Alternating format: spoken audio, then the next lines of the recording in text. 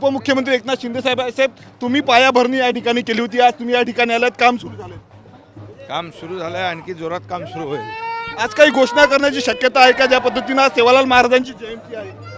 सेवालय सगळ्यात मोठं हे पोहरादेवीचं 724 कोटी रुपये मी मुख्यमंत्री असताना मान्यता दिली.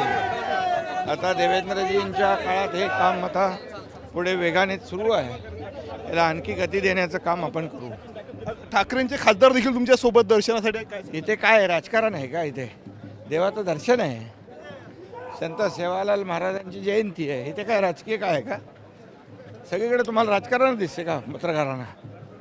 तर आज काही घोषणा करण्याची शक्यता आहे का? 724 कोटी रुपये आपण ऑलरेडी या ठिकाणी दिलेले आहेत. कामाचा गती वाढवणे, काम वेगामध्ये या ठिकाणी पुढे नेणं हेच खऱ्या अर्थाने संत सेवालाल महाराजांच्या जयंतीनिमित्त त्यांना खऱ्या अर्थाने पर्यटन महोत्सवाच्या निमित्तानं देशभरातील बंजारा बांधव या ठिकाणी यावेळेस काय अजितदादांच्या दुःखद निधनामुळे या ठिकाणी मोठ्या प्रमाणावर ही जयंती आणि पर्यटन महोत्सव साजरा करण्याचं आयोजन होतं. परंतु अजित पवार यांच्या दुःखद निधनामुळे काही कार्यक्रम आपल्या स्थानिक आमदार मंत्री महोदयांनी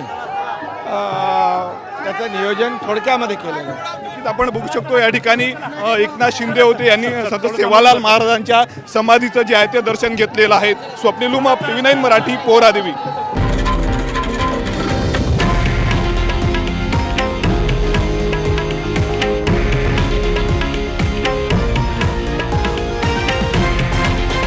हे आहे देशातील नंबर 1 न्यूज नेटवर्क आणि आपण पाहत आहात TV9 मराठी, एकमेव.